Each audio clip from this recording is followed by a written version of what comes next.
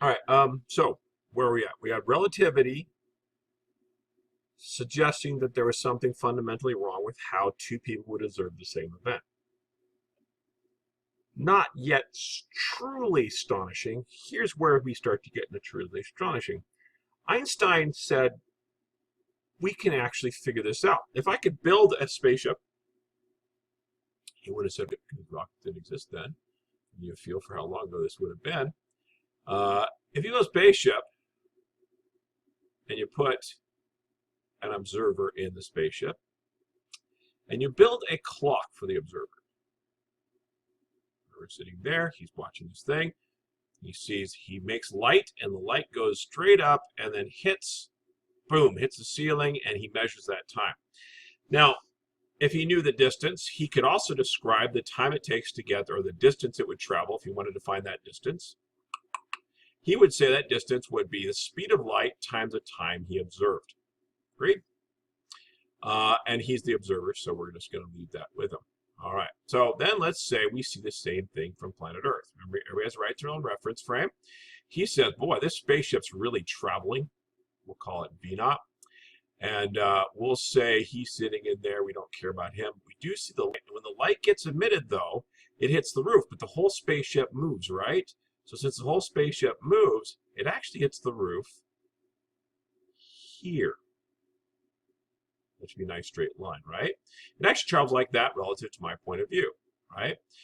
And we agree that this should be C T naught, right? Because we're not going to disagree about time. That would be ridiculous. And we know this side over here would be V naught T, right? And then we'd know that this side over here, according to the guy on the planet, would be his C T naught, time of observation.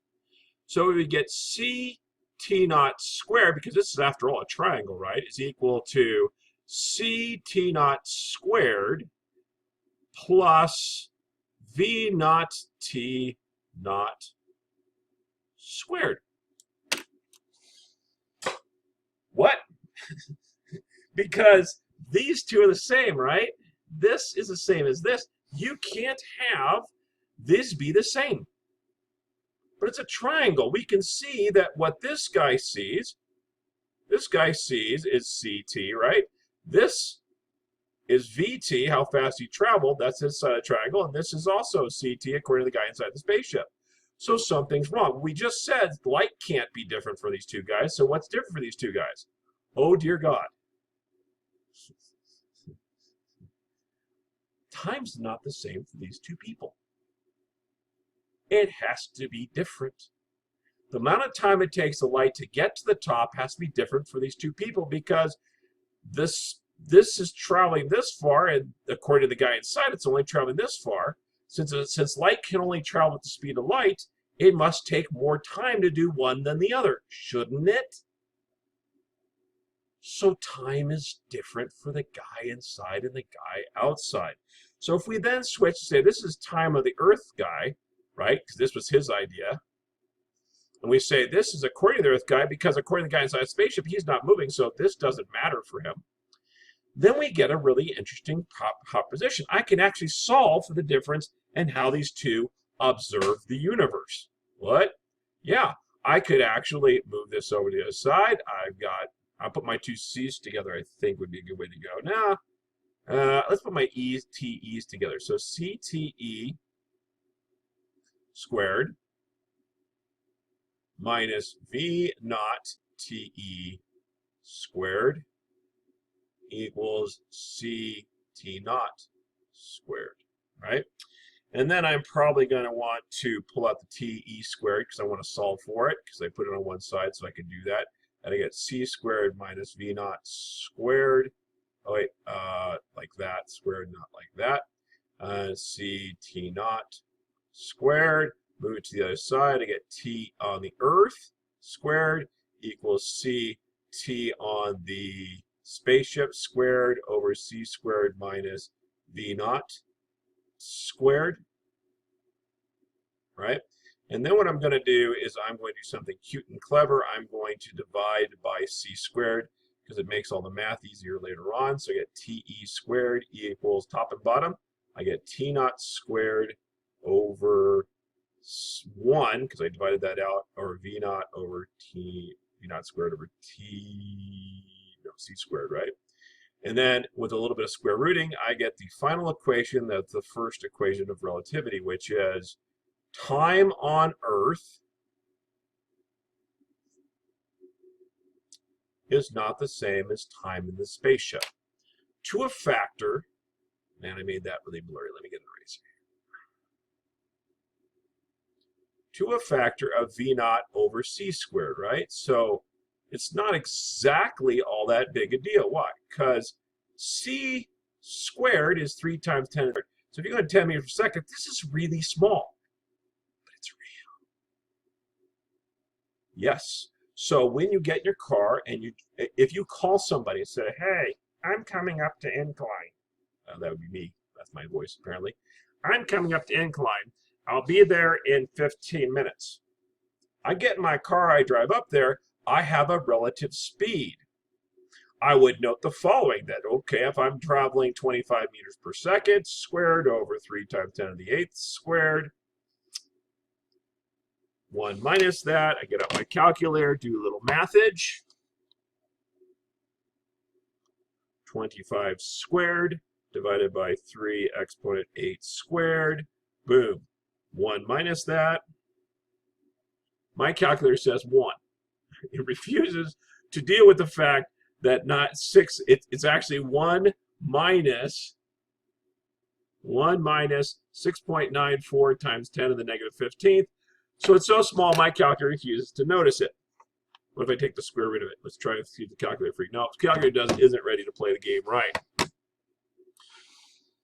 But it is real. There is a slight time difference. And so who has the shorter time? Well, we know this. We know that the person inside the spaceship, his point of view is this has to take less time because the light's not traveling as far. With the guy outside says the light's traveling farther, so therefore there must have been more time going by. So moving clocks move slower.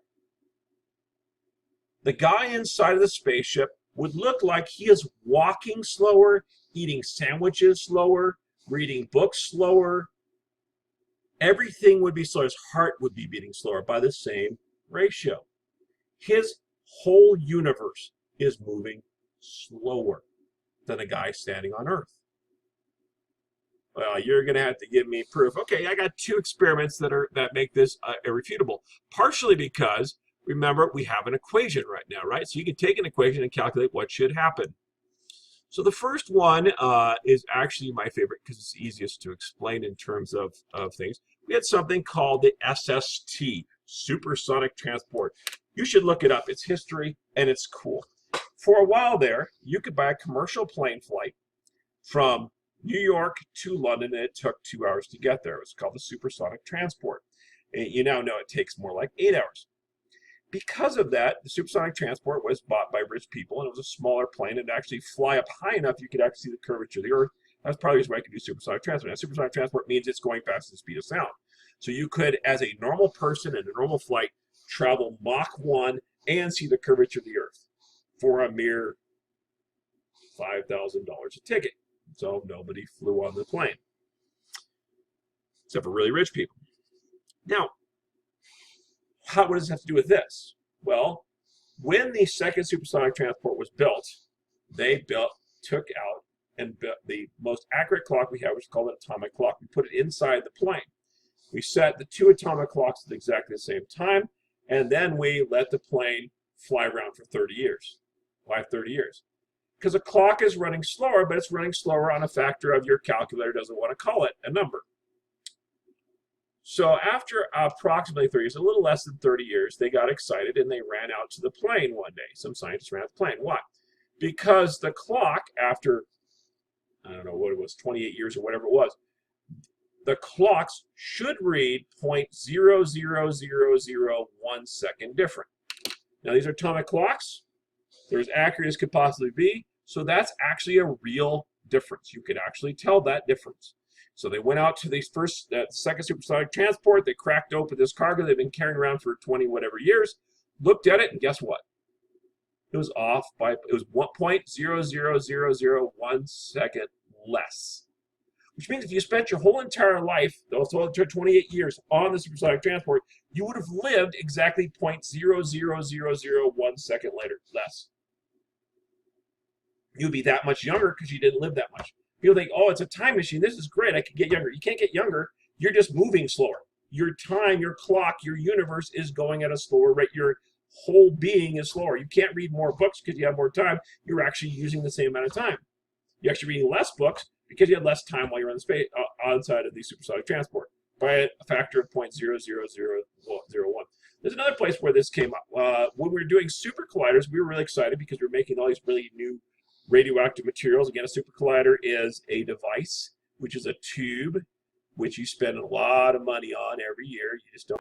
We put particles in there, we run them really fast in one direction, run particles really fast in another direction, and we slam them into each other and we make new particles because there's so much energy, mass gets created, and boom, we have particles flying all over the place. Now, part of this fascinating thing is that some of these particles are very radioactive. We know they have half-lives of 10 seconds. They last 15, 20 seconds. Well, it's supposed to last 10. What's going on here? What is going on? Well, when you run them really fast together, the particles, due to momentum, are going very, very fast. And so they obey this law as well. They last longer than they should. Now, from their perspective, if you happen to be a particle, you still get your 10 seconds. But from an observer watching you, you've got 20 seconds, 25. How fast you go? Faster you go, the slower your clock. Also, what's interesting about this formula is this ultimate problem, the first visible proof, because this equation works, and it works on particles, it works on things like supersonic transport, and other things. We've got other things that it works on. What happens at the speed of light? Well, that's the speed of light. That's c squared over c squared. C squared is squared 1. 1 minus 1 is 0. Square root of 0 is 0. Undefined. So what's very interesting about this equation is it says the following. Your seconds get longer and longer and longer until they become infinitely long. When you become the speed of light, your second is infinitely long. Which means getting there takes, because your seconds are getting longer and longer, will be very difficult. Also, by the way, if you actually got up to the speed of light, you push the button, I'm going to the speed of light, you hit the button, your second became infinitely long. What does that experience? You'd experience nothing because no time goes by before you splatter on the planet Jupiter. By the way, destroying it utterly, as a discussion we'll have later. But the bottom line is you would never know anything because when you push the button, your clock stops. You can't unpush the button. There's no way for you to no way for the machine to unpush the button. If you're going to speed of light, your button's pushed. From your perspective, you're going to instantaneously get everywhere. Some ramifications of that. What would the universe look like if you could instantaneously get everywhere? But you have a right to your reference frame, so that's not silly. What is the universe? How? No, that's good enough. All right. Enough. He's going to pause this. You can stop now.